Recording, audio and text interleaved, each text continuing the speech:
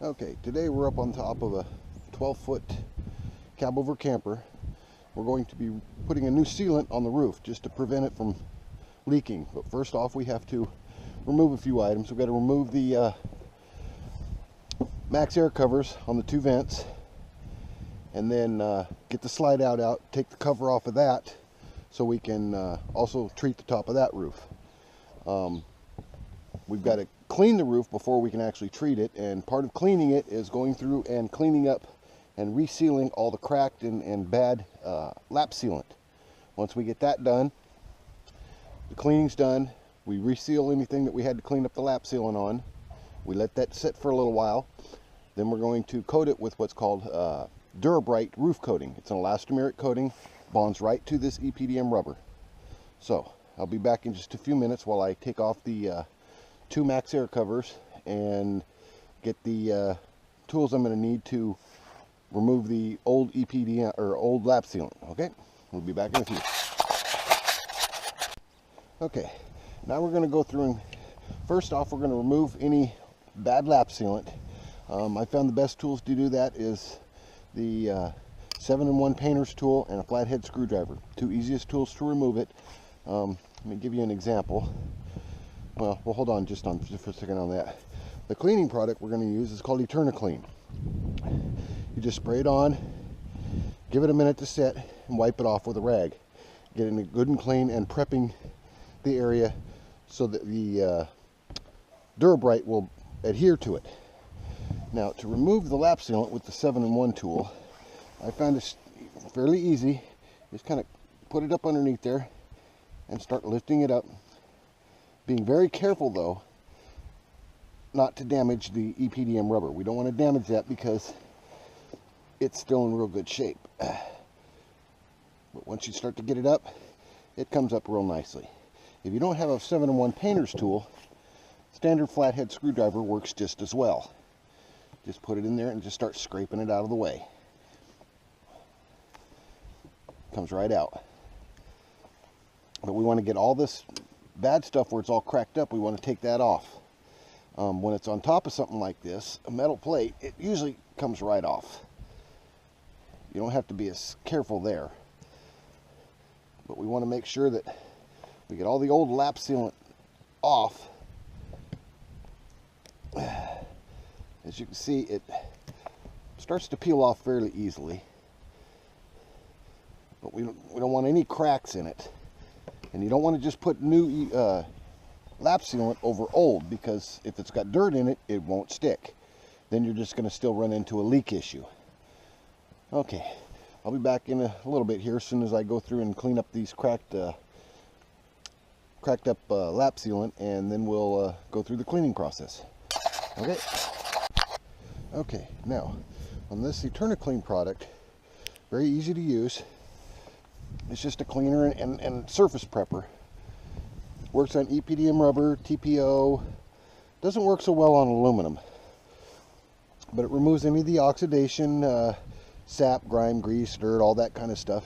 Just kind of spray it on. Give it a minute to set, to work. Oop, don't want it running down the side there. And then you just wipe it off real good. And you want to get as much of the grit and grime off as possible. Otherwise, the sealant we'll be using, the Solar Flex, won't bond to it very well. But as you can see, it cleans it pretty good. It's not very expensive stuff, but it can only be purchased through an RV parts dealer. They're the only ones that carry it. You cannot buy it at any of your local hardware stores. And as you can see, the black spots, that's where the white part of the EPDM rubber has started to deteriorate. That's why we're going to be putting a new sealant coat on it. It's basically replacing the white layer of the roof.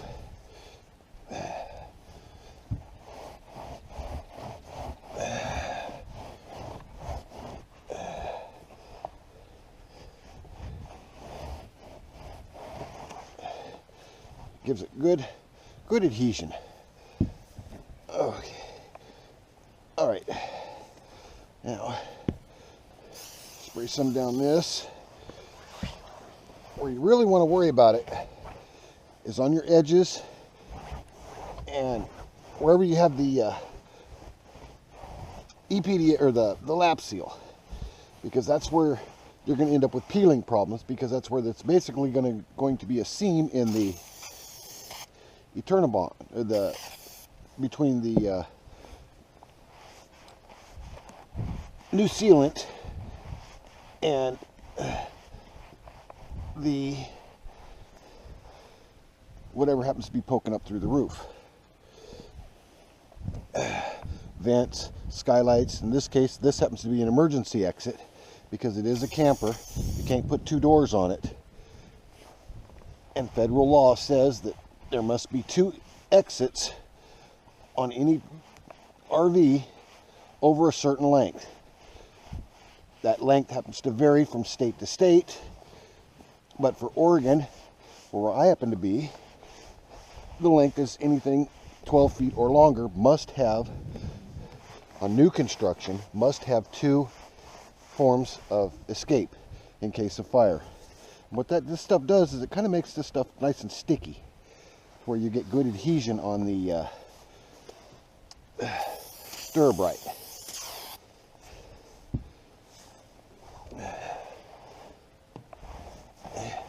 Cleans off all the grime and grit.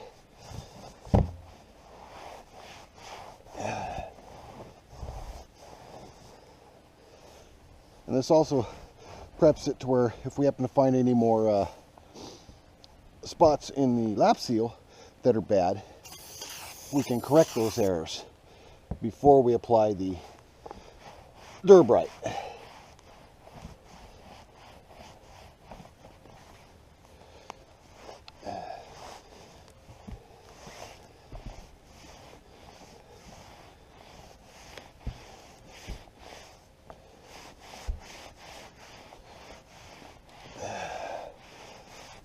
Okay, I'll be back as soon as I get this cleaning done, and we'll go through and use some lap sealant and re-lap seal anything that happens to be that needs it before we apply the Dura-Brite. Okay, be back in a few. Okay, now as you can see, we've cleaned the roof, sealed up any sections of lap sealant that we either had to remove or clean and repair. I'm going to get some Eternabond tape and actually tape this solar panel wire down so it won't flop and bounce in the wind. Now we're going to take the cover off the slide out, lock it so it won't roll up, and then clean the roof of that so we can also treat the roof of that. Okay, I'll be back as soon as I get that cover off. Okay, now as you can see, I've already gotten the lap seal replaced, anything that was bad. Give it time to skin up. You don't want to be putting this elastomeric coating over wet lap seal. It'll just smear it all over the place. I covered up the solar panel cable, as you can see, with Eternabond tape. That'll keep it from flopping around, and then I'm going to go ahead and go right over the top of that with the Dura-Brite. Put the Dura-Brite on fairly thick. Any spots where you cannot get a roller into, definitely use a brush. Put it on good and thick. Not too thick though, because the thicker you put it on, the longer it takes to dry. You don't want it to take 2 days to dry. Just, a little bit thick, thicker than you would put normal paint on. And then I found that it's easier to just get yourself a little tub similar to this and a roller, and then just scoop some out of your bucket and dump it on, and then use your roller and start spreading it around and rolling it out. That's the safest, and well, it's not really, I can't say the safest, but I can say it is. I've found that it's the easiest way to do this. And I just spread it all out and just keep rolling it around until you don't want to make it, you don't want to get it on too thin. You want to make sure you get a nice liberal coating on. And you want to do it on a day like we have today. I'd say it's probably about 60 degrees. Works best. You don't want it too warm, because then it starts to dry too fast, and it doesn't seem to want to bond properly if it dries too fast. I found it works best if you do it below about 80 degrees, but you want to do it above 60 or right at 60. Anything below that and it's just too cool, there's too much moisture in the air, it won't dry. Well, it'll dry, but not very well. And if this stuff is a water base, so if it gets any moisture in it, it's just going to start to wash away, which you don't want. You know, soap and water cleanup, or I'd usually just throw my roller, get the inexpensive 3/8 snap roller covers, and when I get done with the job, I throw the roller cover away. I don't bother trying to save them. They're not that expensive. For underneath the solar panel, I use what I call a banana roller. A lot of people call them a trim roller. It's that little roller right over there, and that seems to get underneath them pretty good. And then I just keep dumping it out and rolling it around until I'm all done. And then what I'll do is I get back to this vent. I'll move these vents off of here back there to where I can get to them. When I get around that vent, I'll stop, put this back on that vent, and then continue on, get that vent in the corner. I'll work from that corner over to the other corner. That way I can put that vent cover on, because once I get done with this, I don't want to have to crawl back up here while it's still sticky and try and put vent covers on. It just makes no sense, because then you're just defeating the purpose of resealing your roof. And this stuff is UV protectant. It's got UV protectant in it. It's elastomeric, so it stretches just like the EPDM rubber that we're bonding it to. And this stuff here, in good conditions, if you take care of your trailer, your RV, you don't park it underneath a bunch of trees all the time, this stuff here will last about 10 years before you have to recoat, or in some cases you can't recoat because your roof was too far gone when you initially put this on to begin with. But if it's not, then you can recoat, put on another, it doesn't have to go as thick the second time. But then you just recoat and, you're good again for another 7 to 10 years, depending. Park it underneath cover during the winter time, or have a cover on it in the winter time to protect it from the elements, from the rain and the snow and all that stuff. Tree branches, leaves, pine needles are the worst for these. Pine needles, the chemicals in pine needles, as they break down, will break down the rubber also. So you definitely don't want to park it underneath a pine tree unless you're going to put a cover on it, because that will cause your roof to fail very quickly. Okay, I'll be back in a few minutes, and to the point when I get ready to install this vent cover. And the way I'm going to do this vent cover is the same way I'll do that vent cover. And but I'll be back in a few minutes to show you how to do the vent covers when you're doing a roof. Okay, now as you can see, I've painted around that, but I'm standing back here now. Now what I'm going to do is I'm going to take this vent cover. It's called a max air cover. What it does is it allows you to, get all the pieces for it. Uh-oh, there's a nut over there in the goo. Don't want that in the goo. What it does is this vent allows you, put on properly, allows you to have your vent open while you're traveling down the road without tearing the cover off. And because this was already installed, and I just took it off to seal the roof, we just put it right back where it was. Let me get that screw down. There we go. Now we just take the washers, put all the washers back on, and then put the nuts back on and tighten it up. And I'll do the exact same thing for this vent over here in this corner, and then work my way to this back corner, because that's where the ladder happens to be. And once I get that done, I'm going to give it a few minutes to set, and then there's a plastic strip down each side that covers the screws. This one here's got old ones in, and it's turning yellow and starting to get brittle, so I'm going to tear all that out and replace it with new. And when I get to that point, we'll show you what to do there. Okay, thank you. Okay, now as you can see, it's got a good coat of elastomeric coating all the way around, front to back, side to side. Got the two max air covers back on, fastened in place. We took the slide out cover off, and actually didn't take it completely off, just took it loose from the slide out, folded it back this way, coated that, put that back. So even that's been treated.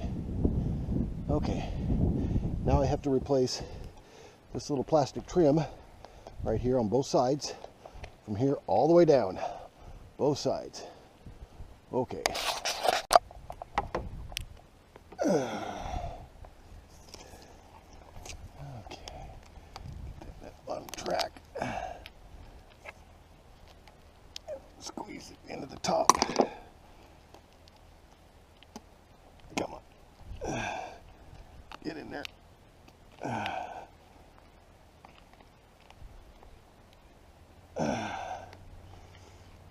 Come on.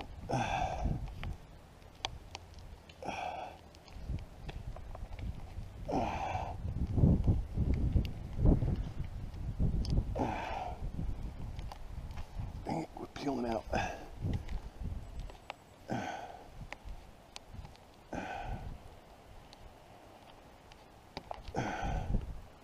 There. Okay.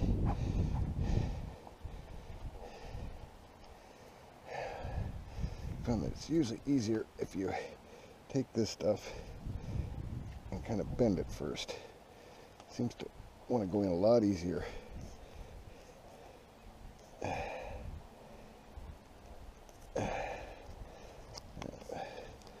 that bottom edge, slide it in the track, and push the top in.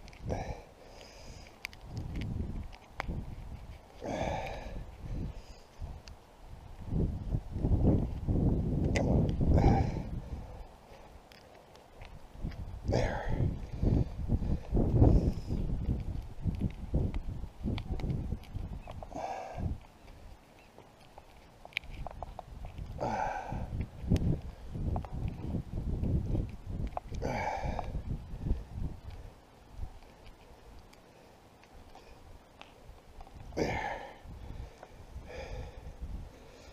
Okay.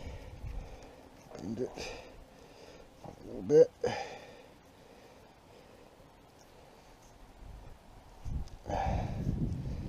Set the bottom track in. Squeeze the top in.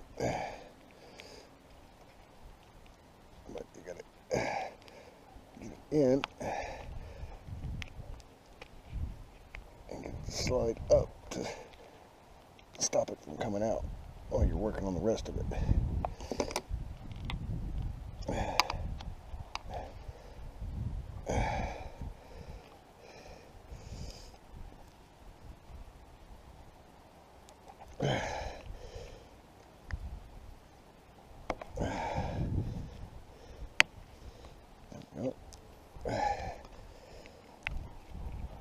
Come on.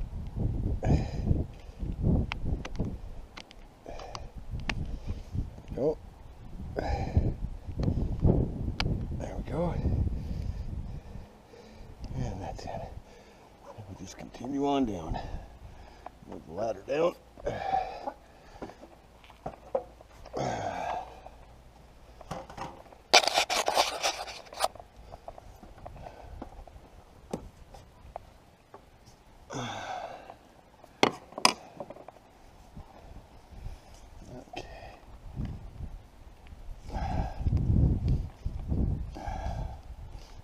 And then set the bottom in track. And then pinch the top in right here at the beginning a little bit. And then get it to slide up to stop it from creeping out so we can continue on down the track. There we go.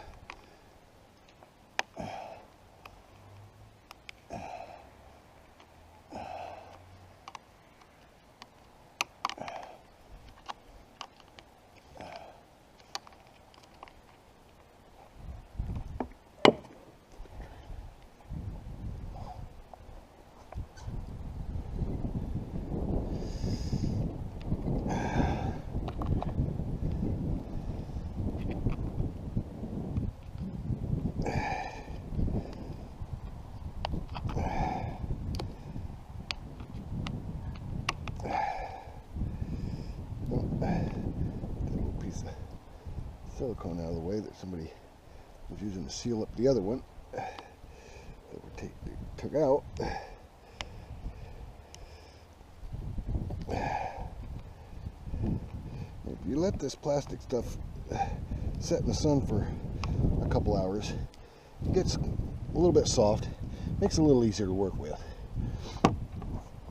Okay, now we'll just finish this on down to the front, cut it off, get it all tucked in, and then go do the other side the exact same way.